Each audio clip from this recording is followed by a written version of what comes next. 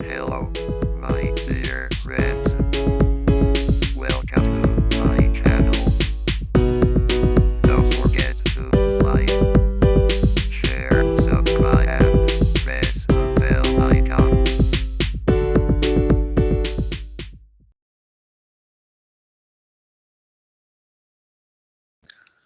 Good morning once again.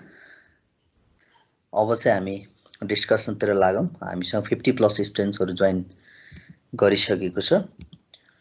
So today चाहिँ हामी will talk about the Nepalese economic policies and reforms. Background mute गरिदिनु होला.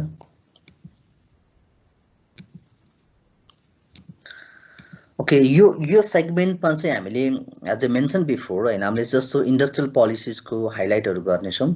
And more than that, we'll try to explore the existing problems or issues of the Nepalese industrial development.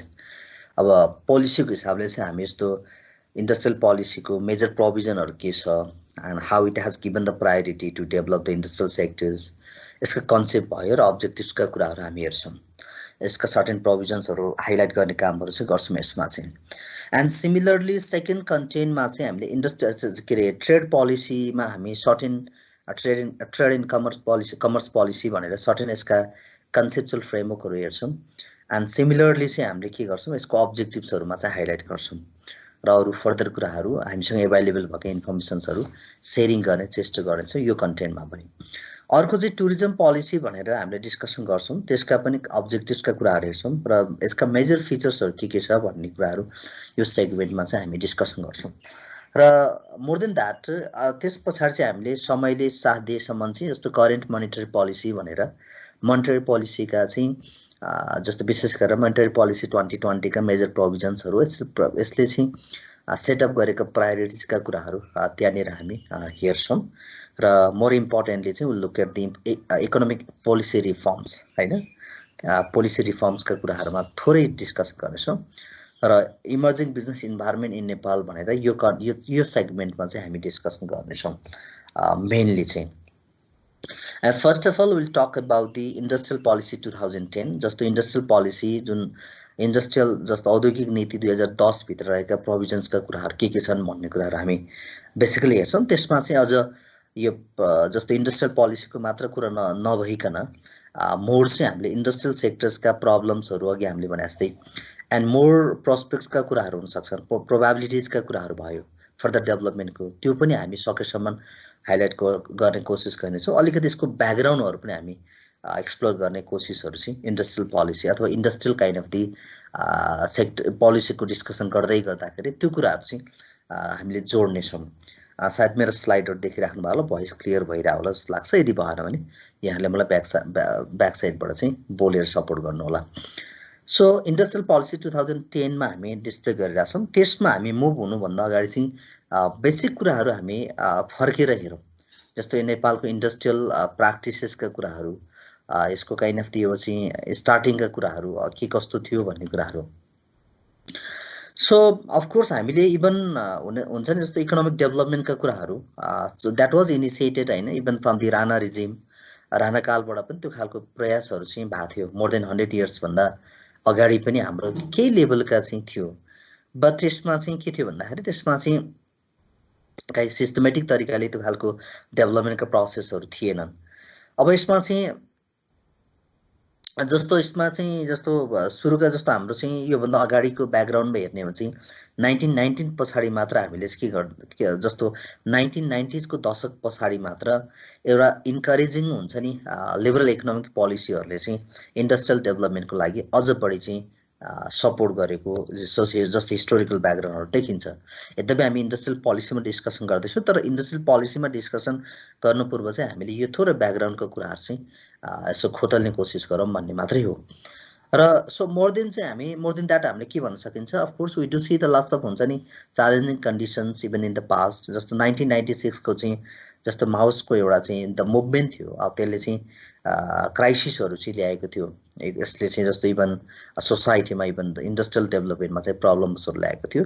र त्यस पछाडि जब जुन माओसको जुन civil वार settle भयो जस्तो 2006 मा आएर विशेष गरेर त्यसबाट चाहिँ we just got the hope होइन, hope for the industrial development, hope for the peace. त्यस्तै गरेर चाहिँ after getting the new constitution 2015 हामीले चाहिँ नयाँ कन्स्टिट्युसन पाइसके पछाडि चाहिँ अझ हामीले इन्डस्ट्रियल सेक्टर्सको डेभलपमेन्टका कुराहरूलाई चाहिँ अझ बढी होप गर्ने ठाउँ चाहिँ छ। यद्यपि यो एक्सपेक्टेड लेभलमा, डिजायर लेभलमा, एक्सपेक्टेड लेभलमा चाहिँ we are not being able to see that progress in the industrial sector, but of course we can imagine that होइन। सो ग्रेजुअली भए पनि डेभलप हुन्छ भन्ने एउटा होप चाहिँ छ।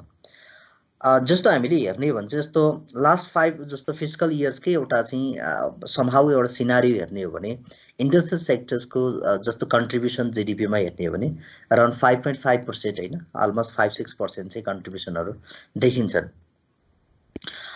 जस्तो अब यसमा चाहिँ 2 डिकेड्स एगो चाहिँ त्यसको कन्ट्रिब्युसन फेरि बढी थियो होइन, अलमोस्ट 10% हो, 10% भन्दा बढी थियो भन्ने खालको जस्तो हिस्टोरिकल जो डेटाहरू छ, आँकडाहरू छ हामीसँग चाहिँ।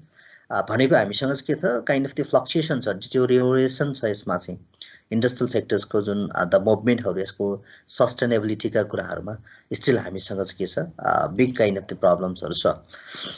यसमा इन्डस्ट्रियल काइन्ड अफ त्यो हुन्छ नि सेक्टर्समा आएको जुन चेन्जेसका कुराहरूले गर्दाखेरि हामी त्यो खालको डिफ्रेन्सेसहरू चाहिँ रियलाइज गर्न सकिन्छ। त्यो कुराहरू भइहाल्यो। जस्तो हामीले अलिकति थोरै ब्याकग्राउन्डमा गएर हेर्ने हो भने चाहिँ जस्तो यसमा चाहिँ जस्तो इन्डस्ट्रियल डेभलपमेन्टकै कुराहरू गरिरहेको छौँ हामीले चाहिँ। जस्तो 1940s को जस्तो हुन्छ नि दशकतिर सायद घरेलु इलाम प्रचार अड्डा भन्ने एउटा चाहिँ नर्मली इन्फर्मेसन्सहरू जस्तो डिसेमिनेट गर्नको लागि चाहिँ जस्तो कटेज हुन्छ नि लेभलको स्किल्स बेस्ड इन्टरप्राइजेसहरूसँग रिलेटेड इन्फर्मेसन सेयरिङ गर्नको लागि चाहिँ त्यो घरेलु अड्डा इलाम प्रचार अड्डा भन्ने टाइपको चाहिँ एउटा चाहिँ 1940s तिर चाहिँ त्यस्तो खालको प्याटर्नहरूको इस्टाब्लिसन भएको थियो। र त्यस्तै गरेर चाहिँ हामीसँग अरू जस्तो हिस्ट्रीहरू छन्, रघुपति जुट मिलका कुराहरू इस्टाब्लिस भएको कुराहरू, जस्तो अर्ली हुन्छ नि अर्ली काइन्ड अफ द स्टेजका इन्डस्ट्रीहरू भने जस्तो सिगरेट इन्डस्ट्रीहरू भयो, म्यास फ्याक्ट्रिजहरू भयो, त्यो भयो। तर अलिकति मोडर्न तरिकाले, अलि व्यवस्थित तरिकाले इन्डस्ट्रीहरूको डेभलपमेन्ट भएको भने चाहिँ जस्तै रघुपति जुट मिलहरू चाहिँ 1946 मा इस्टाब्लिस भयो। त्यस पछाडि चाहिँ लगभग अलिकति मोडर्न टाइपको इन्डस्ट्रियल डेभलपमेन्टहरू भएको चाहिँ हामी देख्न सक्छौँ नेपाल कन्टेक्स्टमा चाहिँ। त्यो कुराहरू छ होइन। जस्तो यसमा चाहिँ जस्तो अब यसमा जस्तो 6.6% जति चाहिँ इभन म्यानुफ्याक्चरिङ सेक्टर्सहरूमा जस्तो इम्प्लोइजहरू, जस्तो इम्प्लोइमेन्टको अपर्च्युनिटीहरू डेभलप भएको देखिन्छ। यसका कन्ट्रिब्युसन त डिफ्रेन्ट सेक्टर्समा डिफ्रेन्टली यसले कन्ट्रिब्युट गरेको देखिन्छन्। अब अर्को हामीले हेर्ने हो भने जस्तो इभन युरोपियन कन्ट्रिजकै हेर्ने हो भने इङ्ल्यान्ड चाहिँ जस्तो फर्स्ट कन्ट्री थियो त्यसमा जसले चाहिँ इन्डस्ट्रियल रिभोल्युसनहरू गरे 18th सेन्चुरीको आसपासमा, जुन विषयवस्तुमा हामी आफै पनि चाहिँ वेल नोन छौँ सबै काइन्ड अफ दिस फ्रेन्ड्सहरू। तर यसमा चाहिँ अब त्यो टाइममा चाहिँ नेपालको चाहिँ जस्तो इन्डस्ट्रियल डेभलपमेन्टसँग रिलेटेड काइन्ड अफ त्यो हुन्छ नि मुभमेन्टहरू, पोलिसिजका कुराहरू चाहिँ खासै थिएन त्यो टाइममा चाहिँ। सो त्यसमा चाहिँ हामीले खासै हुन्छ नि कन्सिडर गर्न सक्ने रिमार्केबलको त्यस्तो खालको प्रोग्रेसहरू चाहिँ थिएन। अलिकति सिस्टमेटिक डेभलपमेन्ट भनेको जस्तो हामीले 1956 को जुन फर्स्ट 5 इयर प्लानबाट चाहिँ अलिकति अझ यसको चाहिँ मुभमेन्टहरू, इन्डस्ट्रियल डेभलपमेन्टको प्रयासहरू अझ बढी भएको देखिन्छन्। जुन हामीले 1956 अथवा डिफ्रेन्ट फेजेसका चाहिँ 15 प्लानहरू जस्तो प्लानहरू चाहिँ हामीले डिस्कस गऱ्यौँ। त्यसमध्येमा पनि 1956 को जुन पहिलो एउटा चाहिँ फर्स्ट 5 इयर प्लानबाट चाहिँ सर्टेन जो हुन्छ नि स्मल मिडियम एन्ड लार्ज स्केलका इन्डस्ट्रिजहरू चाहिँ इस्टाब्लिस गर्ने चाहिँ एउटा प्रयासहरू भएको देखिन्छ 1956 पछाडि मात्रै। सो समहाउ अब यसले चाहिँ इन्डस्ट्रियल डेभलपमेन्टको एउटा चाहिँ के दिएको छ, आधारशिलाहरू दिएको देखिन्छ हाम्रो चाहिँ। जस्तो हामीसँग जस्तो बालाजु इन्डस्ट्रीका कुराहरू हेर्ने हो भने पनि 1960s मा चाहिँ यो चाहिँ इस्टाब्लिस भएको देखिन्छ र युएसए को सपोर्टहरू को माध्यमद्वारा चाहिँ इभन बालाजु इन्डस्ट्रियल स्टेटहरू, बालाजु औद्योगिक क्षेत्र विस्थापन भएको देखिन्छ। र त्यस्तै पाटन, हेटौँडा, धरान यहाँलाई धेरै थाहा छ।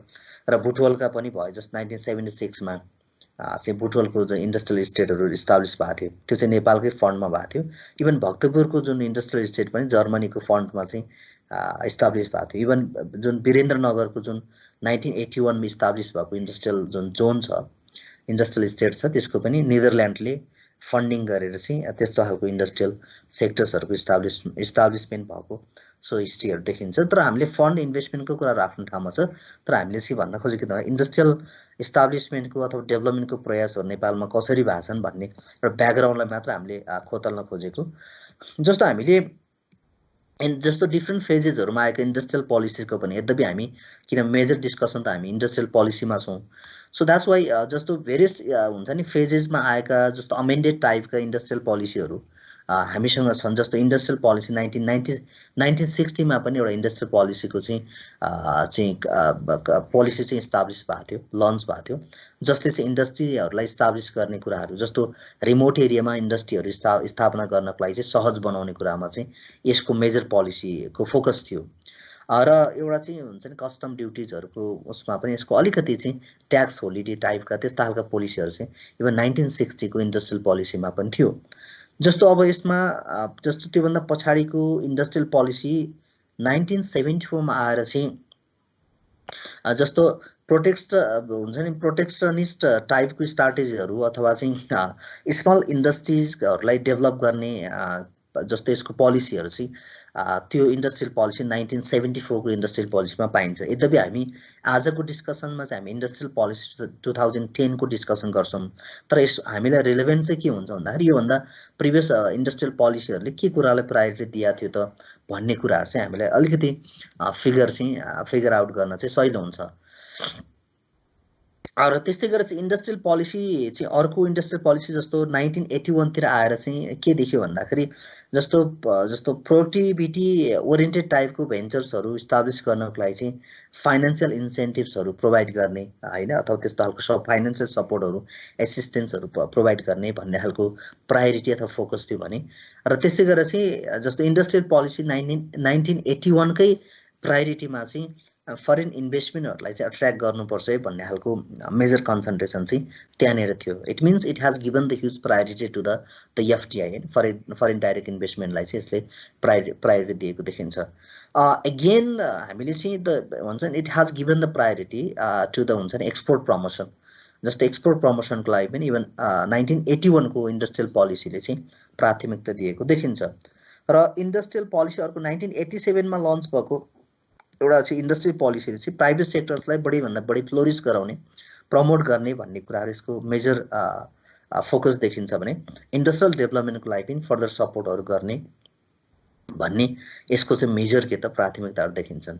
एन्ड कमिङ टु द 1992 होइन, जस्तो 1992 तिर आएर चाहिँ जस्तो इन्डस्ट्रियल पोलिसी 1992 मा चाहिँ र इन्डस्ट्रिजहरूलाई चाहिँ क्याटेगोराइज गरे डिफ्रेन्ट बेसिसहरूमा, त्यो हामी पछि डिस्कसन गर्नेछौँ होइन, क्लासिफिकेसन अफ इन्डस्ट्रिज भनेर नेपालमा चाहिँ जस्तो हुन्छ नि यसको डिफ्रेन्ट क्यारेक्टरिस्टिक्सको बेसिसमा चाहिँ यसलाई डिभाइड गरेको छ।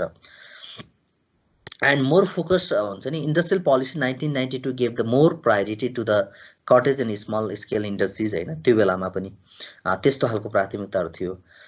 पब्लिक इन्टरप्राइजेसहरूको प्राइभेटाइजेसन गर्ने कन्सेप्टहरू चाहिँ त्यतिखेर अवलम्बन गरेको पाइन्छ। 1992को इन्डस्ट्रियल पोलिसीले त्यो कुरालाई फोकस गरेको देखिन्छ होइन, पब्लिक इन्टरप्राइजेसहरू।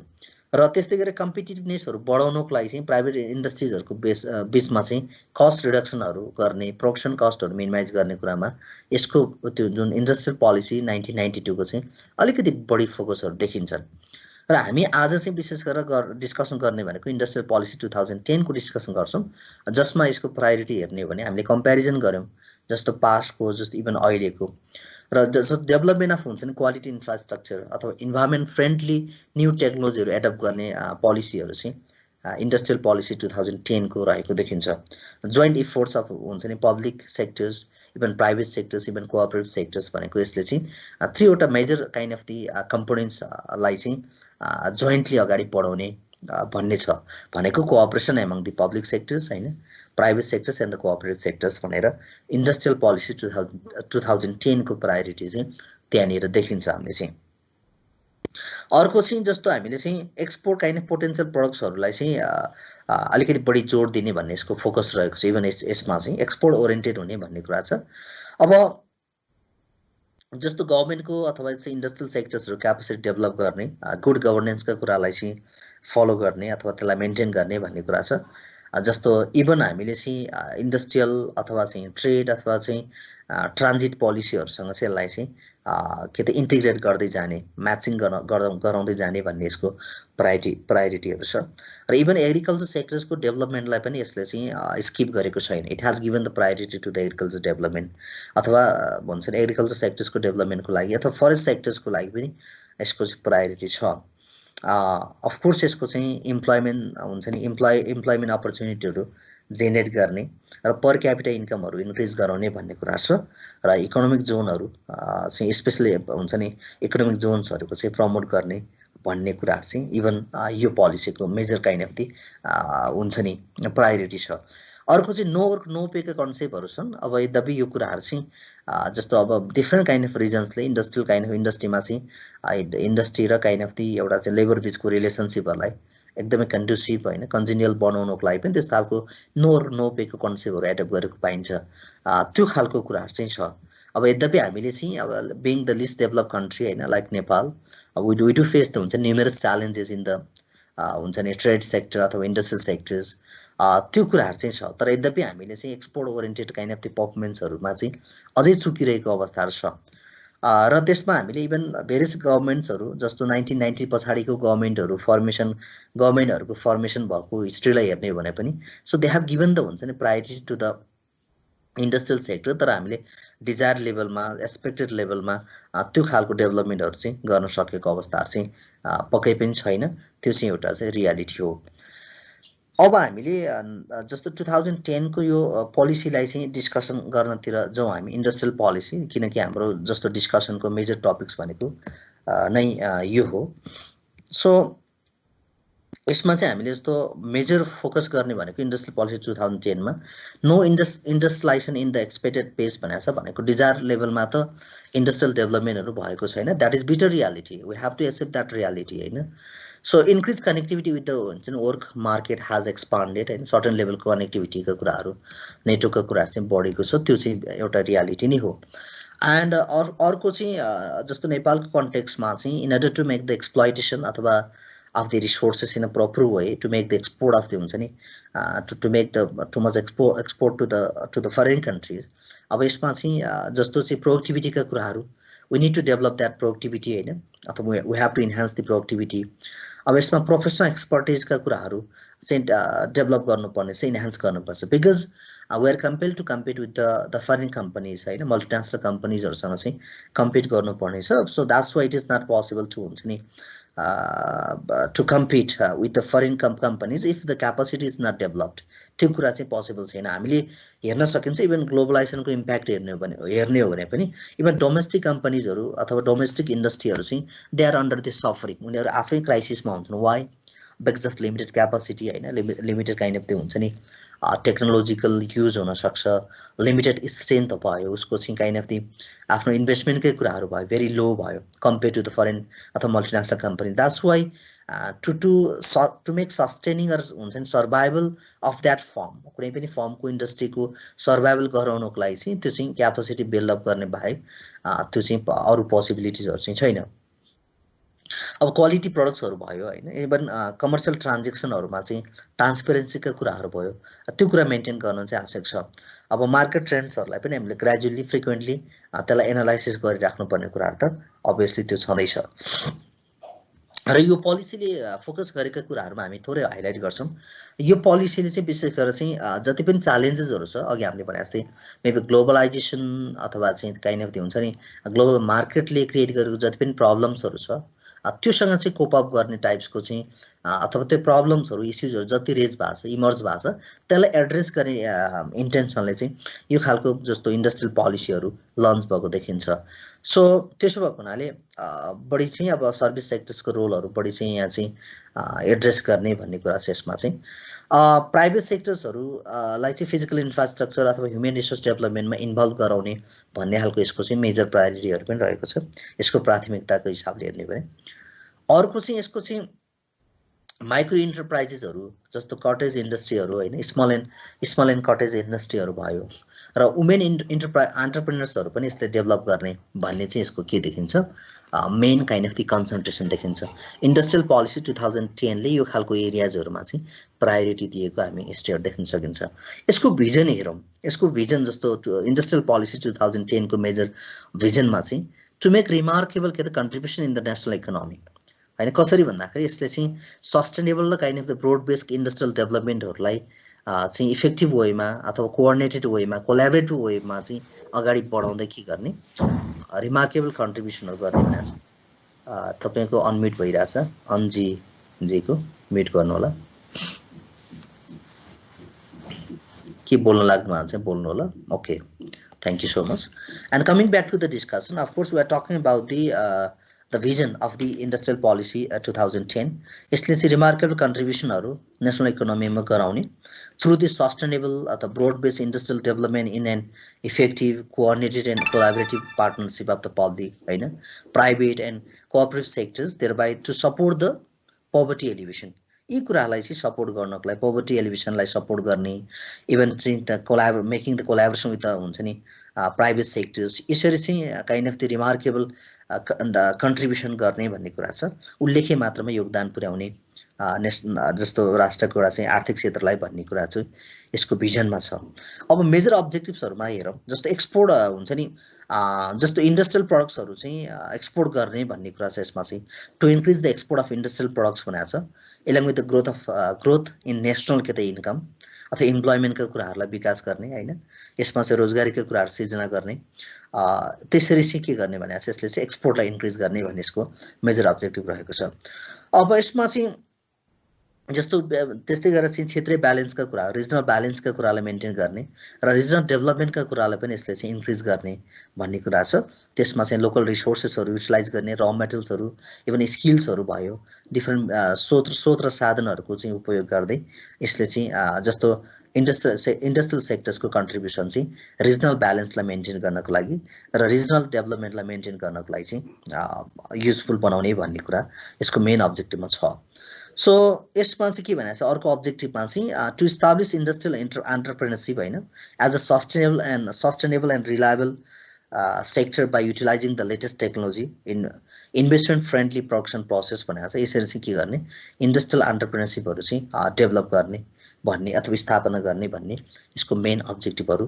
हामी बेसिकली देख्न सकिन्छ अब अर्को चाहिँ जस्तो स्ट्रङ बेसिस अफ इन्भेस्टमेन्टहरुलाई पनि क्रिएट गर्ने भन्ने कुराहरु छ अब यसमा having the develop productive human resources the managerial क्यापासिटीहरु हैन रिक्वायर फर द इन्डस्ट्री अब त्यो कुरालाई मेन्टेन गर्दै के गर्ने यसमा चाहिँ जस्तो लगानीको चाहिँ एउटा भरपर्दो आधारहरु विकास गर्ने भन्ने कुरा छ अर्को एउटा मोस्ट अफ द इश्यू चाहिँ हाम्रो इन्डस्ट्रियल के रे इन्डस्ट्रियल सेक्टरमा पनि इन्टेलेक्चुअल प्रपर्टी राइटका कुराहरु छन् त्यसलाई पनि संरक्षण गर्ने जस्तो कपिराइटका कुराहरु हुन सक्छ प्याटेन्ट राइटका कुराहरु हुन सक्छ ट्रेडमार्कका कुराहरु हुन सक्छ यसलाई पनि के त प्रोटेक्ट गर्ने भन्ने कुरा छ लिगल प्रोसेसहरुबाट चाहिँ यसलाई चाहिँ फर्दर इन्हान्स गर्ने भन्ने कुराहरु यसको रहेको छ र अर्को डिस्कसनमा चाहिँ हामीले पोलिसीजहरु हेरौं हैन यसका नीतिहरुमा चाहिँ अब जस्तो यसको मेजर गाइडलाइन्सहरु के छ त त्यो चीज अचिभ गर्नको लागि भन्ने कुरा हेर्दाखेरि चाहिँ न्यू टेक्नोलोजीहरुलाई चाहिँ हामीले अब्टेन गर्दै जाने हैन त्यसको चाहिँ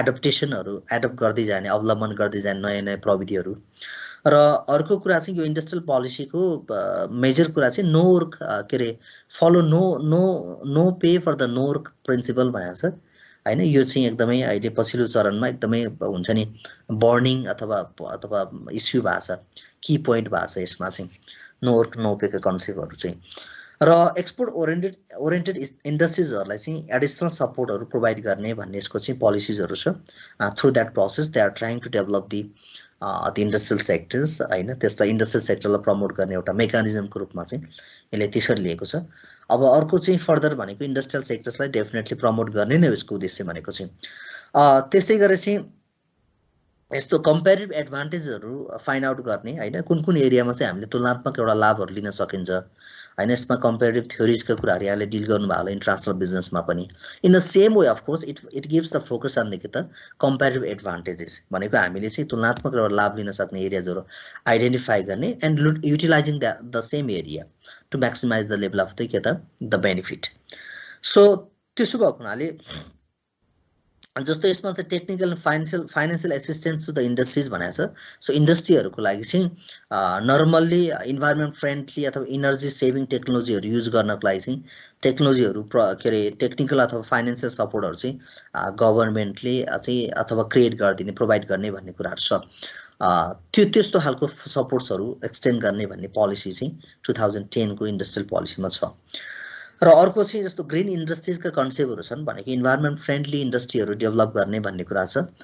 यसले कमभन्दा कम चाहिँ इन्भाइरोमेन्टलाई चाहिँ क्षति पुर्याओस् अथवा चाहिँ यसले अलमोस्ट यसको ड्यामेजहरू छ पल्युसनको हिसाबले जस्तो इन्भाइरोमेन्टल डिटोरियोरेसनको हिसाबले चाहिँ कमभन्दा कम ड्यामेजहरू अकर होस् भन्ने हिसाबले चाहिँ इन्डस्ट्री के अरे ग्रिन इन्डस्ट्रिजका कन्सेप्टहरू यिनीहरूले फोकस गरेको छ। भनेको यो चाहिँ डिफ्रेन्ट सेक्टरमा देख्न सकिन्छ। जस्तो हामीले ग्रिन मार्केटिङको कन्सेप्टहरू देख्छौँ, ग्रिन फाइनेन्सका कुराहरू आइसकेका छ, इभन ग्रिन इन्डस्ट्रीका कन्सेप्टहरू पनि हामी देख्न सकिन्छ। सो दिज आर हुन्छ नि द इस्यु अथवा हुन्छ नि the process is related with the environmental protection, वातावरणको संरक्षण सम्बन्धी चाहिँ यसको चाहिँ कनेक्टिभिटी छ बढी चाहिँ। र अर्को चाहिँ अब हुन्छ नि क्यापेसिटीहरू डेभलप गर्ने भन्ने कुराहरू म्याक्रो इकोनोमिक पोलिसिजहरूलाई चाहिँ रिफर्म गर्दै जाने, त्यसलाई समय सापेक्ष बनाउँदै जाने र अरू डिफ्रेन्ट काइन्ड अफ रिजन्सहरूमा डिफ्रेन्ट कन्ट्रिजहरूसँग चाहिँ यसले चाहिँ ट्रिटिजहरू नेगोसिएसन्सहरू इभन ट्रेड एक्सपान्सनको चाहिँ इन्भाइरोमेन्टहरू क्रिएट गर्ने भन्ने छ। जस्तो मल्टिल्याटरल अथवा रिजनल एग्रिमेन्ट्सहरू बढाउँदै जाने, बहुराष्ट्रहरूसँग चाहिँ कनेक्टिभिटी बढाउँदै जाने भन्ने कुराहरू छ। र अर्को चाहिँ हामीले जस्तो नन रेजिडेन्ट नेप्लिजहरू छ, जस्तो नन रेजिडेन्ट नेप्लिजहरूको चाहिँ लगानीहरू जस्तो देशको इन्डस्ट्रीहरूमा इन्डस्ट्रियल डेभलपमेन्टको लागि चाहिँ गर्ने गराउने, त्यसको लागि इन्भाइरोमेन्टहरू चाहिँ क्रिएट गर्ने भन्ने कुरा छ। यो भयो इन्डस्ट्रियल पोलिसी 2010 को मेजर पोलिसी। अब through this mechanisms of course you can realise that so the country is moving towards the industrial development process. हामीसँग एक्सपेक्टेड लेभलको त्यो खालको डेभलपमेन्ट नभए पनि हामीले के देख्न सकिन्छ, त्यस्तो खालको प्र्याक्टिसेसहरू भएको चाहिँ देख्न सकिन्छ। यो भयो हामीसँग भएको पोलिसिसका मेजर कुराहरू।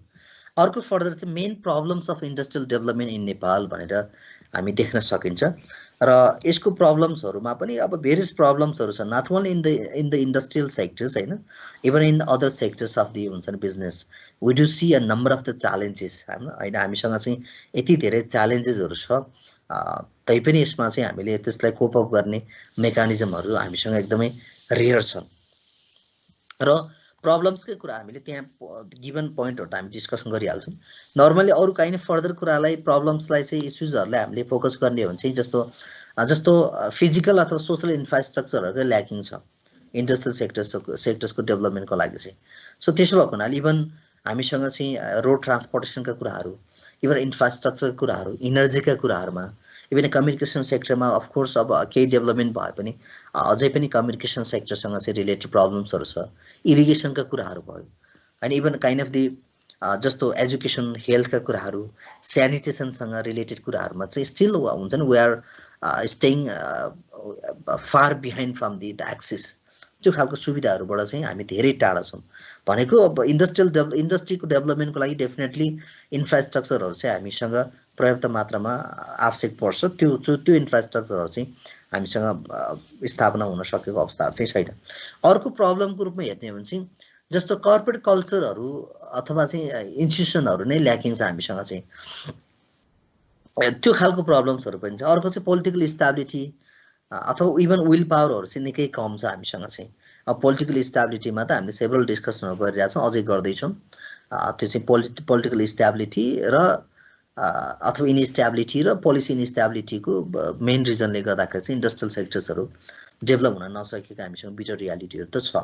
इभन विल पावरहरू छैन भनेको even private sectors are not willing to make the investment अथवा न्यू फर्महरू न्यू इन्डस्ट्रीहरू इस्टाब्लिस गर्ने कुरामा चाहिँ एकदमै कन्सन्ट्रेटेड भएको अथवा रिलक्टेन्ट भएको, अनिच्छुक भएको देखिन्छ। That's why even Nepal is not being able to utilise the or mobilise the resources. अब हामीसँग यति धेरै रिसोर्सेसहरू छ, वाटर रिसोर्सेसका कुराहरू, ह्युमन रिसोर्सेसका कुराहरू एकदमै हामीसँग अनस्किल लेबरहरू बढी छन्, बट अफकोर्स वी हेभ हुन्छ नि plenty enough number of the human resources. Natural ब्युटिजका कुराहरूमा we don't have any confusion. Cultural हेरिटेजको केसमा पनि we don't have any confusion, we have हुन्छ नि। सो हुन्छ नि यति धेरै हामीसँग चाहिँ एप्रिसिएट नम्बरमा कल्चरल हेरिटेजेसहरू छन्। इभन बायोडाइभर्सिटीका कुराहरूमा चाहिँ यति धेरै इक्जाम्पल्सहरू छन्। सो द्याट्स वाइ यसको बिहाइन्डमा पनि हामीले के गर्न सकेका छैनन्, काइन्ड अफ दि इन्डस्ट्रियल डेभलपमेन्टका कुराहरू गर्न सकेका छैनन्। त्यो चाहिँ ल्याक अफ पोलिटिकल स्टेबिलिटी र विल पावरको रिजनले देखिन्छ। त्यो चाहिँ प्रब्लम इस्युजहरूमा चाहिँ। अब यसमा चाहिँ हामीसँग चाहिँ अब पोभर्टीको कुरा पनि डिस्कस गरिसक्यौँ। अब हामीले डिफ्रेन्ट फेजेसहरूमा जस्तो पोभर्टीको रिडक्सन त देखिन्छ, बट स्टिल हामीले चाहिँ जस्तो मिनिस्ट्री अफ फाइनेन्सको 2018 को डेटालाई मात्र हेर्ने हो भने, त्यो रिपोर्टलाई हेर्ने हो भने पनि जस्तो अबाउट 21% पिपल चाहिँ अझै पनि के छ, बिलो एब्सोल्युट पोभर्टी छ भन्छ। यसले चाहिँ हुन्छ निरपेक्ष गरिबीको रेखामुनि छ भन्छ, जसले चाहिँ दैनिकी रूपमा छाक टार्नै नसक्ने स्थितिका कन्डिसनमा चाहिँ हाम्रो पिपुलहरू छन्। त्यो पनि एउटा चाहिँ के छ, एउटा प्रब्लमको रूपमा देखिन्छन्। यो चाहिँ यसको चाहिँ काइन्ड अफ त्यो हुन्छ नि पोभर्टी पनि एउटा चाहिँ प्रब्लम देखिन्छ यसमा चाहिँ, जसले गर्दाखेरि हुनसक्छ इन्भेस्टमेन्टका कुराहरू अथवा चाहिँ प्रोडक्टिभिटीका कुराहरू अथवा चाहिँ फर्दर काइन्ड अफ दि मेन पावरको कुराहरू अथवा इन्कम हुन्छ लो इन्कम ग्रुप्सहरू चाहिँ प्रेजेन्ट हुने, अब त्यसमा चाहिँ स्किल डेभलपमेन्टका कुराहरू ल्याकिङ हुनसक्छ। यसको सर्टेन कनेक्टिभिटी चाहिँ हुनसक्छ। सोसियो कल्चरल काइन्ड अफ कन्स्टेन्टका कुराहरू छन्। अब यो हामीसँग सोसल भ्याल्युजका कुराहरू अथवा कल्चरल भ्याल्युजका कुरा पनि एउटा चाहिँ फन्डामेन्टल कुरा हो। बट अब on the other hand we have very हुन्छ नि appreciative the culture, diversified culture हामीले भन्छ नि, unity in within the diversity अथवा डाइभर्सिटीभित्र हामीसँग युनिटी छ, कल्चरल युनिटी अथवा रिलिजियस युनिटीका कुराहरू छन्। यता डाइभर्सिफाइड सोसाइटीमा पनि हामीसँग चाहिँ त्यो खालको सोसल इन्क्लाइनेसन के भन्छ, social kind of the warm रिलेसनसिपहरू चाहिँ छ। तर अब अन द अदर ह्यान्डमा हामी चाहिँ के छ, हामीसँग चाहिँ के छ भन्दाखेरि सोसियो कल्चरल भ्याल्युजहरू पनि एउटा चाहिँ एउटा पार्ट हो भनेर भनेको छौँ, जसमा चाहिँ धेरैवटा चाहिँ इन्टरेक्टिङ फ्याक्टर्सहरू चाहिँ त्यसले जन्माउन सक्छ, जसले चाहिँ के गर्न सक्छ, इन्डस्ट्रियल प्र्याक्टिसेसहरूमा काइन्ड अफ दि हुन्छ नि इन्डस्ट्रियल काइन्ड अफ दि रेगुलेसन्सहरूमा चाहिँ असर पर्न सक्छ। किनभने हामीसँग we have different set of the social हुन्छ नि, we have our own kind of the के त own set of the values, we have own type of the believing systems. अब कल्चरको हिसाबले, अब रिलिजनको हिसाबले, सोसाइटीको स्ट्रक्चरको हिसाबले चाहिँ we have different believing system, ट्रेडिसनहरू छ, हेबिट्सहरू छ। त्यसको कनेक्टिभिटी चाहिँ इन्डस्ट्रियल डेभलपमेन्टमा पनि छ अथवा इन्डस्ट्रीको फङ्सनिङमा पनि यसले असर पार्न सक्छ भन्ने कुरा हो। इभन वर्कफोर्स डाइभर्सिटीकै कुराहरूमा पनि हामी जोड्न सकिन्छ। अब मार्केटका कन्डिसन्सहरू भइहाल्यो एउटा प्रब्लम्सहरू चाहिँ। अर्को भनेको हामीसँग चाहिँ लो कम्पिटिटिभ हुन्छ नि पावरहरू छ, अथवा भनेको ह्युमन रिसोर्स डेभलपमेन्टको जुन प्रोसेसहरू चाहिँ निकै कम छ। सो जियोग्राफिकल लोकेसनको हिसाबले पनि वी हेभ हुन्छ नि ह्युज प्रब्लम। भनेको we are landlock country, the country is existed between the two different हुन्छ नि हुन्छ नि काइन्ड अफ दि हुन्छ नि एउटा चाहिँ जाइगन्टिक एउटा चाहिँ कन्ट्री, बिगेस्ट कन्ट्रीको बिचमा चाहिँ हामी इस्टाब्लिस छौँ। हामी चाहिँ के त सी कनेक्टेड छैन, त्यो कुराहरू भयो। अर्को चाहिँ हामीले गुड गभर्नेन्सको प्रब्लम्सहरूमा पनि हामी प्रब्लम्स देख्छौँ। अर्को चाहिँ रिसर्च एन्ड डेभलपमेन्टको फङ्सन्सहरूमा एकदमै ल्याकिङहरू देखिन्छ। त्यति मात्र होइन, हामीले प्रस्पेक्टको कुरा पनि हेर्न सकिन्छ, तर यसलाई चाहिँ हामीले यहाँ गिभन पोइन्ट्सहरू पनि थोरै हाइलाइट गरौँ। जस्तो यहाँ हाम्रो स्लाइडमा एपियर भएको पोइन्टहरूलाई पनि थोरै चाहिँ हाइलाइट गरौँ। पोलिटिकल इन्स्टेबिलिटीका कुराहरू भइहाल्यो, अस्थिरताका कुराहरू। अब जस्तो formation of the government, frequently change भइरहेको अवस्थाहरू छ, यसलाई त्यति हेरे चर्चा गर्नु नपर्ला। अब इन्डस्ट्रियल इन्सेक्युरिटीका कुराहरू भयो होइन, असुरक्षाको कुराहरू भयो। सो लेबर रिलेसन्सका कुराहरू अनफेभरेबल छन् भन्ने कुराहरू छ। कतिपय कुरा छ जस्तो इन्डस्ट्रियल पोलिसी र जस्तो लेबर एक्ट अथवा इन्डस्ट्रियल एक्ट र लेबर एक्टमा पनि कतिपय कुराहरू चाहिँ बाजिएका कन्ट्रोभर्सियल कुराहरू छन् त्यहाँनिर। त्यसो भएको हुनाले पनि यसलाई चाहिँ जस्तो किनभने लेबर एक्टले चाहिँ लेबरहरूको फेभरमा बढी चाहिँ फेभरेबल इस्युजहरू बनाउने भयो, फेभरेबल काइन्ड अफ द कन्डिसन्सहरू क्रिएट गर्ने भयो भने, जस्तो इन्डस्ट्रियल काइन्ड अफ द एक्टहरू, इन्डस्ट्रियल पोलिसीहरूले चाहिँ इन्डस्ट्रीको फेभरमा चाहिँ बसेर त्यो एङ्गलबाट हेरेर पोलिसिजहरू, इभन एक्टहरू, प्रोभिजन्सहरू डेभलप गरेको हुन्छ। र कतिपय ठाउँमा चाहिँ यसले अब काइन्ड अफ एउटा तादम्यता अथवा म्याचिङ सिचुएसनहरू क्रिएट नगरेको अवस्थाहरू चाहिँ छ। अफकोर्स एउटा भनेको अर्को प्रब्लम भनेको सर्टेज अफ इन्डस्ट्री के अरे इनर्जी भनेर हामी देख्न सकिन्छ।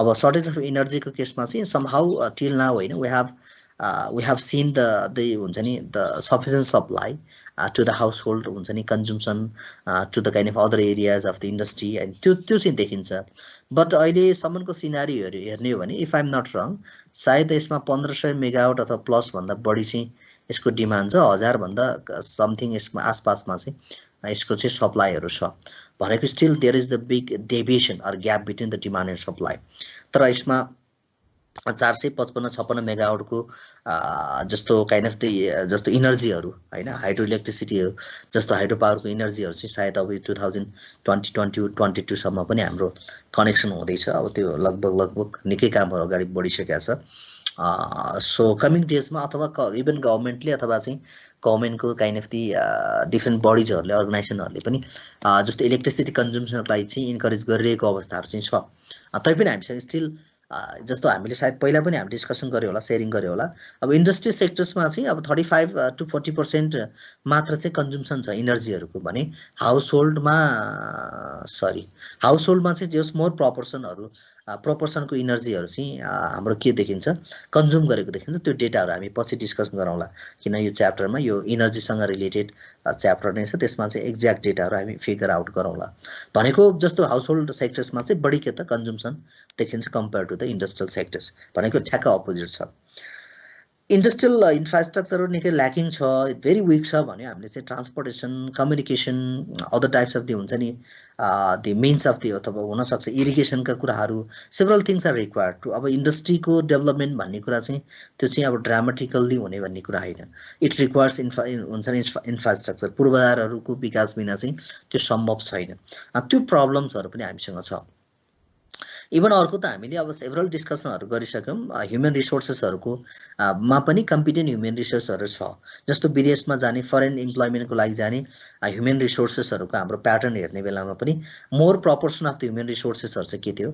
अब अनस्किल थियो सेमी स्किल चाहिँ अब ठिकै खालका थिए अब हाई स्किल भएको ह्युमन रिसोर्सेसहरु चाहिँ कम्पेरेटिभली धेरै निकै कम थियो त्यस्तो खालको कन्डिसन इभन हाम्रो डोमेस्टिक टेरिटोरीमा डोमेस्टिक सिनारियोमा पनि त्यो खालको प्रब्लम्सहरु चाहिँ छ त्यसो भएको हुनाले त्यो पनि एउटा चाहिँ मेजर प्रब्लम्सको रूपमा इन्डस्ट्रियल सेक्टरको डेभलपमेन्टमा चाहिँ हामीसँग कम्पिटेन्ट ह्युमन रिसोर्सेसहरु छैन इभन ल्याक अफ क्यापासिटी भन्छ टु एडप्ट न्यू टेक्नोलोजी भन्छ अफ कोर्स अब त्यो सोफिस्टिकेट टेक्नोलोजीहरु छ टेक्नोलोजीहरु डेभलप कन्ट्रीमा डेभलप नभएका होइनन् बट हामीसँग प्रब्लम्स भनेको चाहिँ त्यसलाई चाहिँ एडप्ट गर्न सक्ने इन्भेस्टमेन्टको हिसाबले हैन फन्डिङको हिसाबले अथवा स्किल मेन पावरको हिसाबले पनि हामीसँग क्वेशनेबल छ कतिपय जस्तो नयाँ मेसिन्सहरु ल्यायो भने त्यसको रिपेयर मेन्टेनेन्सका कुराहरुमा चाहिँ हामीले जस्तो फरेन एक्सपर्टहरु ल्याएर चाहिँ त्यसलाई रिपेयर मेन्टेनेन्स गर्नुपर्ने कुराहरु छ सो त्यो पनि एउटा डिफिकल्ट पोइन्टहरु हो किन मेसिन्सहरु त फ्रिक्वेन्टली त्यसलाई रिपेयर मेन्टेनेन्सहरु गर्नुपर्ने हुन्छ अथवा अपरेटै गर्नुपर्ने हुन्छ operating लेभलका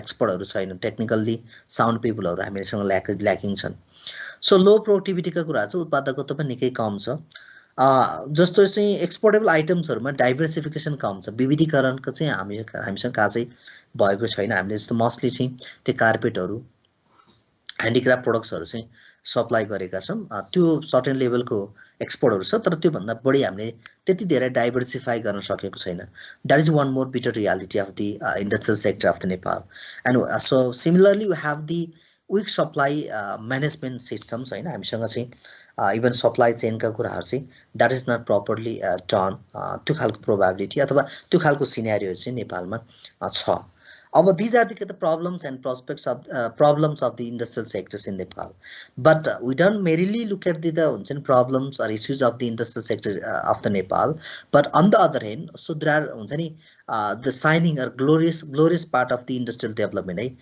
so we do see the potentiality of the development of the industry हामीसँग चाहिँ यसको प्रोस्पेक्ट सम्भावना पनि छ है भन्ने कुरा चाहिँ हामीले बिर्सन भएन because we are rich in the हुन्छ नि water resources we are rich in the kind of the हुन्छ नि the cultural heritages त हामीसँग चाहिँ natural resources हरुमा चाहिँ we are हुन्छ नि rich country so that's why त्यो भएको हुनाले पनि जस्तो हामीले हाइड्रो इलेक्ट्रिसिटीकै मात्र एक्जाम्पल लिने हो भने पनि करेन्ट रिसेन्टली चाहिँ हामीसँग 6000 भन्दा बढी रिभर्सहरु छन् त्यो चाहिँ हाम्रो सोर्स अफ वाटरलाई इरिगेसनको सोर्सेस हुन सक्छ इलेक्ट्रिसिटी जेनेरेट गर्ने एउटा आधारहरु हुन सक्छ त्यसले पनि के देखायो ग्लोरियस पार्टहरु देखायो अब हामीसँग जस्तो इलेक्ट्रिसिटीकै कुरा गर्ने हो भने पनि जस्तो अब 44000 मेगावाट इलेक्ट्रिसिटीको क्यापासिटी चाहिँ हामीसँग छ त्यो चाहिँ इकोनोमिकली पनि फिजिबल छ इलेक्ट्रिसिटी जेनेरेट गर्नको लागि भनेको।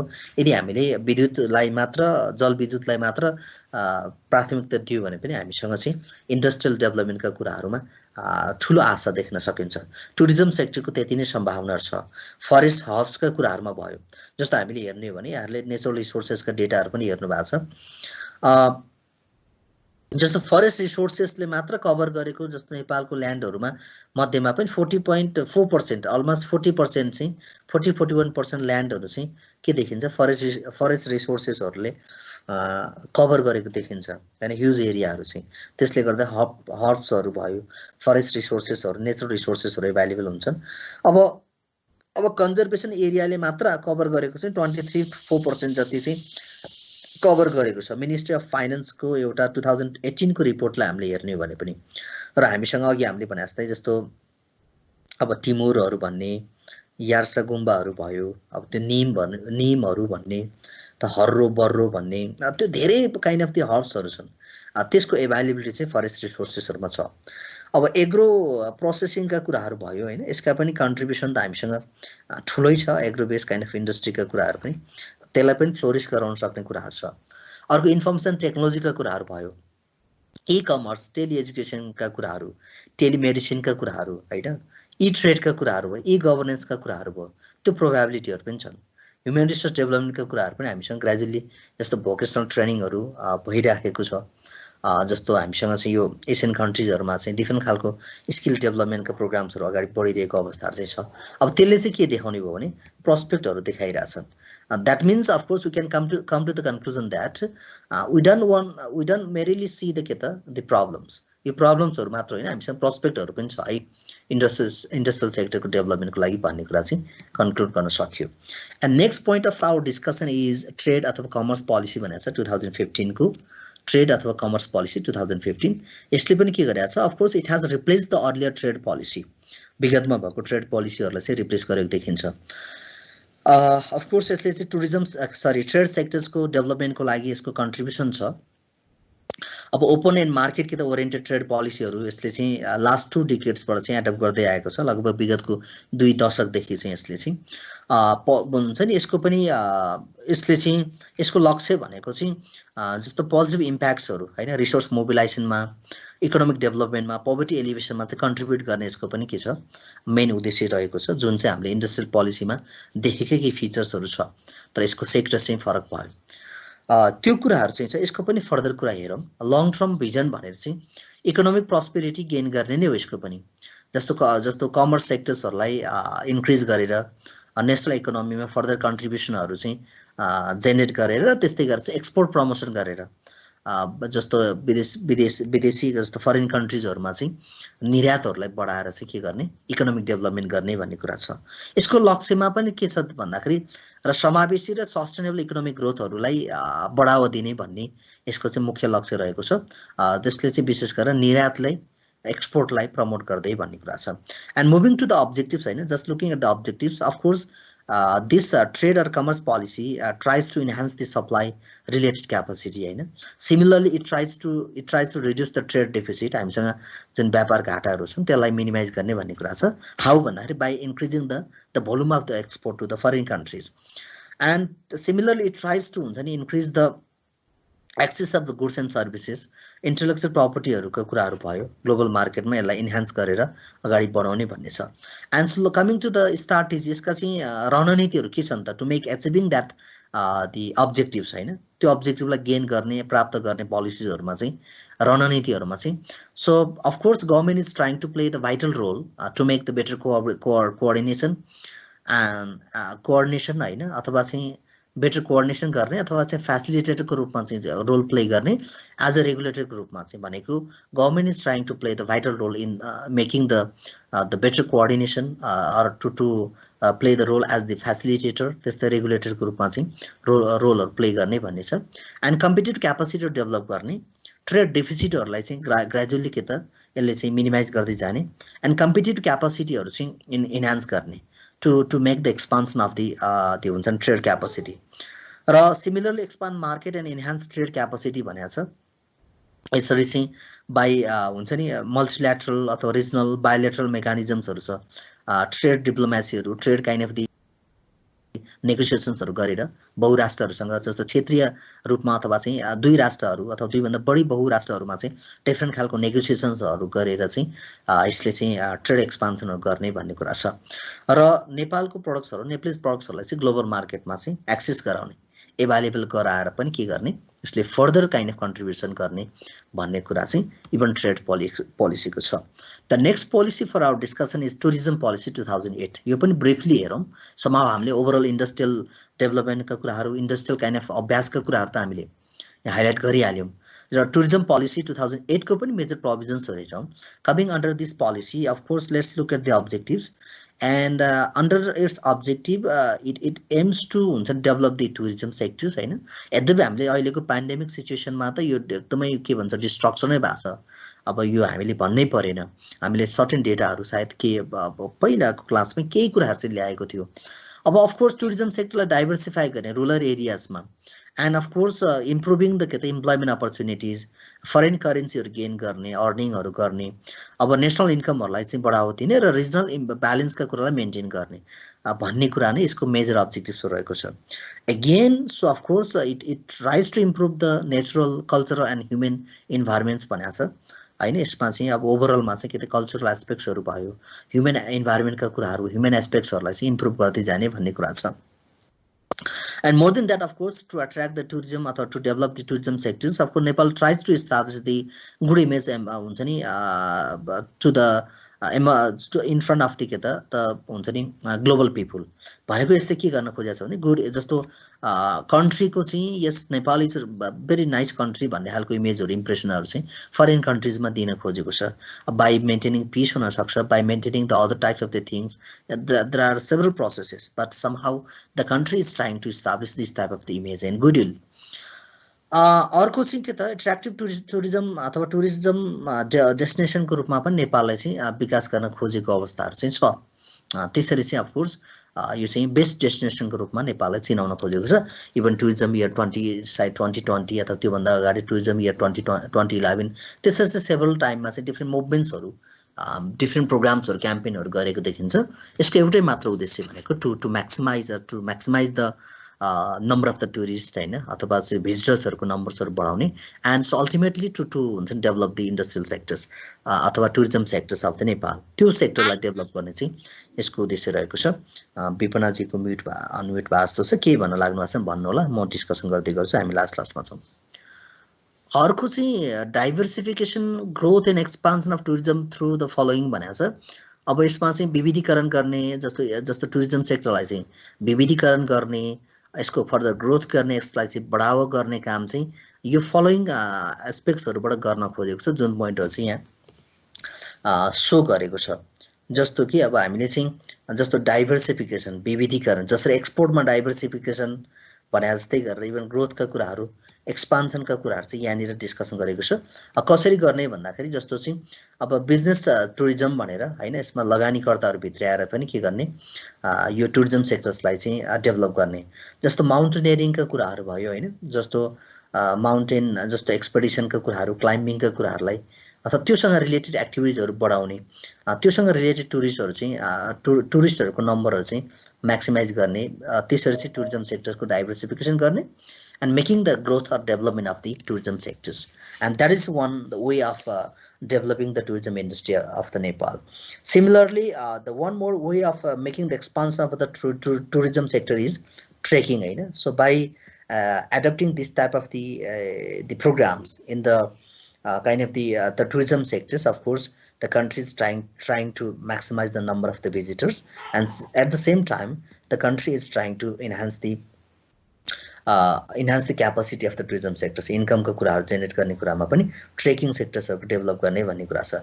Even we do see the new more the things that is like rafting का कुराहरू भयो, वाटर काइन्ड अफ रिसोर्सेस सँग रिलेटेड के त इन्डस्ट्री टुरिज्म लाई डेभलप गर्ने राफ्टिङहरु भयो हैन। यो चाहिँ एकदमै एडभेन्चरस टाइपको चाहिँ टुरिज्महरु बढाउने कुराहरू भयो कि बिकज हामीले अघि पनि देखिहाल्यौँ we have more than 6000 rivers होइन वाटर रिसोर्सेस रिभरहरू छन् यसको अर्थ के हो त भन्दाखेरि इभन वाटर रिसोर्सेससँग बेस भएका इन्डस्ट्रीहरू टुरिज्म इन्डस्ट्रीहरू चाहिँ के छन् फ्लोरिस हुनसक्छ फस्टाउन सक्छ त्यो चाहिँ एउटा चाहिँ मेजर एक्सपेक्टेसन हो अनि अर्को एडभेन्चरस टुरिज्मका कुराहरू छ हामीसँग बन्जी जम्पिङ होइन सेभरल थिङ्सहरू छन् I don't even remember the name of all types of the programs launch under the adventure tourism यसमा चाहिँ अब त्यो सायद राइडिङका कुराहरू होला बाइसाइकल राइडिङका कुराहरू होलान् अथवा त्यस्तै गरेर चाहिँ रक क्लाइम्बिङका कुराहरू होलान् सेभरल थिङ्स आर देयर होइन बन्जी जम्पिङ त्यो कुराहरू भयो अब त्यसरी पनि के त टुरिज्म सेक्टरलाई डाइभर्सिफाई गर्ने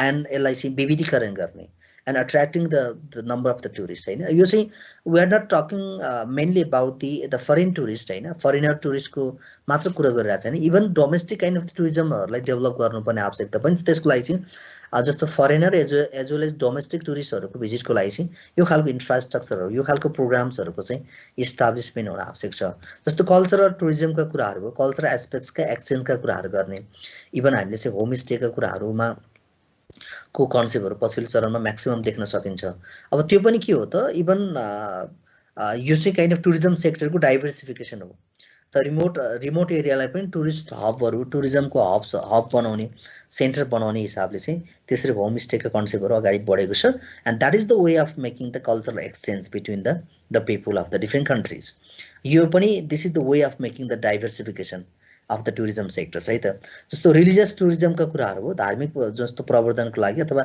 धार्मिक आस्थाले चाहिँ जस्तो भिजिट गर्ने जति पनि भिजिटर्सहरू छन् तिनीहरूलाई बेस मानेर चाहिँ टुरिज्मको विकास गर्ने भन्ने छ this is also the one of the major way of making the expansion of the tourism sectors अब स्पोर्ट्स टुरिज्मका कुराहरू छ यो पनि पछिल्लो चरणमा चाहिँ निकै फेन्टास्टिक भएको छ एकदमै एप्रिसिएटिभ भएको छ जस्तो एजुकेसनल टुरिज्महरू भयो यो सेक्टरमा पनि डाइभर्सिफिकेसन गर्ने ग्रोथ गर्ने हेल्थ टुरिज्महरू भयो होइन हेल्थ सेक्टरका वर्कर्सहरू अथवा हेल्थ सेक्टर्सका सर्टेन थिङ्सहरू एक्सचेन्ज गर्ने अथवा त्यो एरियालाई पनि के त टुरिस्ट जस्तो टुरिज्म सेक्टर्सको एउटा चाहिँ केन्द्र बनाउने अर्को एग्रिकल्चर टुरिज्महरू विकास गर्ने भनेको छ so these are the foundations है so these are the foundation to make the expansion of the tourism sectors and of course यसले चाहिँ के गर्ने भयो टुरिज्म सेक्टर्सको एक्सपान्सन गर्ने डाइभर्सिफाई गर्ने डिफ्रेन्ट एरियाजहरू यसले चाहिँ सो जसले गर्दा के हुनसक्छ and people will get the more options किन डिपेन्डिङ अपन देयर प्रोफेसन होइन depending upon their the interest होइन पिपलहरूको इन्ट्रेस्टको हिसाबले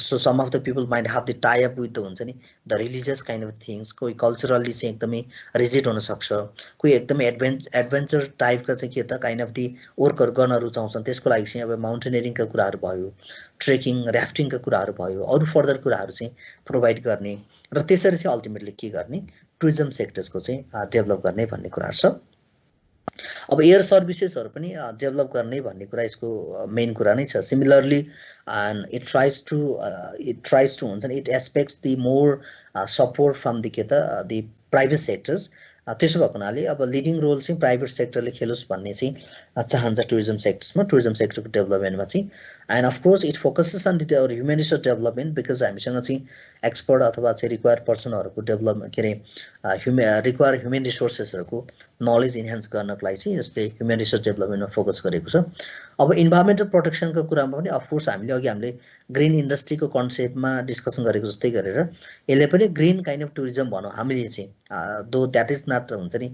that word is not used होइन much more in the practice but हामीले चाहिँ के त यसमा green kind of the tourism भनौँ इन्भाइरोमेन्टल फ्रेन्डली टुरिज्मको कुराहरूलाई यसले फोकस गरेको छ इन्फर्मेसन टेक्नोलोजीको चाहिँ एकदमै के त इन्टेन्सिभ युज एक्सटेन्सिभ युजहरू गर्ने भन्ने यसको प्रायोरिटी छ भने टुरिस्टहरूको जस्तो सेक्युरिटीहरूमा होइन त्यस्तै गरेर चाहिँ क्राइसिस म्यानेजमेन्टमा चाहिँ यो पोलिसीले चाहिँ बढी फोकस गरेको पाइन्छ जस्तो टुरिज्मलाई चाहिँ इन्डस्ट्रीको रूपमा चाहिँ रिकगनाइज गर्ने र टुरिज्म सेक्टरलाई जस्तो भन्छ पर्यटन क्षेत्रसँग सम्बन्धित जति पनि जस्तो अर्गनाइजेसनहरू छ अथवा त्यो सेक्टरमा फङ्सनिङ भएको एक्टिभिटिजहरूलाई अथवा इन्डस्ट्रीहरूलाई चाहिँ एज अ इन्डस्ट्रीको दर्जा दिने अथवा स्थान दिने भन्ने कुरा छ इन्डस्ट्रीको रूपमा चाहिँ मान्यता दिने भन्ने फोकस छ अब अर्को चाहिँ जस्तो र म्यानेजमेन्ट र लेबरको बिचमा चाहिँ एकदमै कन्जिनियल वार्म रिलेसनसिप जस्तो लेबर रिलेसनसिप भन्छ हामी यसलाई प्र्याक्टिकल्ली ह्युमन रिसोर्स म्यानेजमेन्टको एङ्गलबाट चाहिँ अब भनेको यसले चाहिँ के गर्न खोजेको छ अर्गनाइजेसन र म्यानेजमेन्टको बिचमा चाहिँ मेनली चाहिँ के त वार्म रिलेसनसिपहरू मेन्टेन गर्ने भन्ने छ। यसको पनि पोलिसिजहरू चाहिँ सिमिलरली त्यही हो अघि हामीले डिस्कसन गरे जस्तै। प्राइभेट सेक्टर्स चाहिँ of course it tries to get the focus support of the private sectors, अब प्राइभेट सेक्टर्सको पार्टिसिपेसन होस् भन्ने चाहन्छ। एन्ड इन्भाइरोमेन्टल कन्जर्भेसनमा कुराहरूमा यसले फोकस गरेको छ। अब एक्जिस्टिङ टुरिज्मको इन्फ्रास्ट्रक्चरहरू र त्यसलाई चाहिँ फेसिलिटिजहरू जति छ त्यसलाई अपग्रेड गर्दै जाने भन्ने यसको पोलिसिजहरू रहेको छ। अब त्यस्तै religious kind of the tourism साइट्सहरू अथवा चाहिँ एरियाजहरू चाहिँ इम्प्रुभ गर्दै जाने, प्रमोट गर्दै जाने भन्ने कुरा छ। सो यसमा चाहिँ एडभेन्चर टुरिज्मको रूपमा चाहिँ नेपाललाई बढाउँदै जाने अथवा त्यो रूपमा चाहिँ डेभलप गर्दै जाने भन्ने कुरा छ। क्वालिटीहरूमा इम्प्रुभ गर्दै जाने, रिजनल इम्ब्यालेन्सका कुराहरू चाहिँ यसले चाहिँ म्यानेज गर्दै जाने अथवा त्यसलाई ब्यालेन्सिङ गर्दै जाने। जस्तो हुन्छ नि कम्पिटिटिभ टुरिज्म प्रमोसनका कुराहरू, मार्केटिङका कुराहरू प्रमोट गर्दै जाने र एग्रो बेसका के त टुरिज्महरू अथवा कटेज इन्डस्ट्रिजका बेसका काइन्ड अफ द लिङ्केजहरू, जस्तो विशेष गरेर चाहिँ टुरिज्म र एग्रो बेस इन्डस्ट्रिजहरू अथवा के अरे एग्रो बेस अथवा चाहिँ कटेज इन्डस्ट्रीहरूमा चाहिँ लिङ्केज क्रिएट गर्दै जाने भन्ने कुरा छ यसमा। अघि हामीले एग्रिकल्चर टुरिस्टका कुरा गऱ्यौँ, त्यो कुरासँग चाहिँ लिङ्क क्रिएट गर्दै जाने। लोकल इन्भेस्टमेन्टहरूलाई पनि इन्करेज गर्ने, जस्तो हामीले यो इन्डस्ट्रियल सेक्टर्सको जस्तो टुरिज्म इन्डस्ट्रीको डेभलपमेन्टको लागि चाहिँ। र नेसनल जस्तो सिभिल एभिएसन पोलिसीहरू पनि के त भन्दाखेरि टुरिज्म पोलिसीसँग इन्टिग्रेट गरेर चाहिँ अगाडि बढाउने भन्ने मेन कुराहरू चाहिँ रहेको पाइन्छ। सो यति भन्दै हामीले चाहिँ लगभग आजको डिस्कसनमा चाहिँ इन्डस्ट्रियल पोलिसी जस्तो 2010 जस्तै त्यसका ट्रेड एन्ड कमर्स पोलिसीलाई पनि डिस्कसन गऱ्यौँ। 2000 के अरे ट्रेड एन्ड कमर्स पोलिसी 2015 र टुरिज्म पोलिसी 2008 लाई चाहिँ हामीले डिस्कसन गऱ्यौँ। र केही कन्फ्युजन छ भने सेयरिङ गर्दै गर्नु होला, अदरवाइज हामीले चाहिँ आजको डिस्कसनलाई टाइम पनि ओभर भयो, यति नै गरौँ। हामीसँग 67 पार्टिसिपेन्ट्सहरू छ। ओके, क्लियर हुनुहुन्छ यहाँहरु? Yes sir. Good morning sir. Yes please. Sir हाम्रो कतिवटा च्याप्टर सकियो? ओके, अब च्याप्टरको सिलेबसको हिसाबले त हामी सेकेन्ड च्याप्टरमा छौं हैन। अनि यदि तपाईले कुनै बुकलाई फलो गर्नु भएको छ भने हामीले 3-4 च्याप्टरै सिध्यायौं। किनभने त्यो बुकमा चाहिँ तपाईको यो इकोनोमिक इन्भाइरोमेन्ट भन्नेलाई पनि लगभग 3-4 च्याप्टरमा डिभाइड गरिदिएको छ। त्यो भएको हुनाले हामीले जे बुकमा प्रोभाइड गरेको च्याप्टर्सहरुलाई हेर्ने कुरा आफ्नो ठाउँमा छ, तर हामीले सिलेबसमा भएको कुरा चाहिँ छुट्याउनु भएन। तर सिलेबसमा चाहिँ यो लगभग 16 लेक्चर आवरको जुन इकोनोमिक इन्भाइरोमेन्ट भनेर सेकेन्ड च्याप्टर बनाइदिएको छ। अब तपाईले कुनै बुक्स फलो गर्नु भएको छ भने सायद 3-4 च्याप्टरै सकियो। सिलेबस हेर्यो भने चाहिँ सेकेन्ड च्याप्टरमा छौं हामी। हुन्छ सर, थ्यांक यू सर। हस्, थ्यांक यू। हस्, thank you class. This much for today. Have a nice day. Thank you, sir. Okay, bye-bye. Good day, sir. See you next week. Bye-bye. Thanks for watching.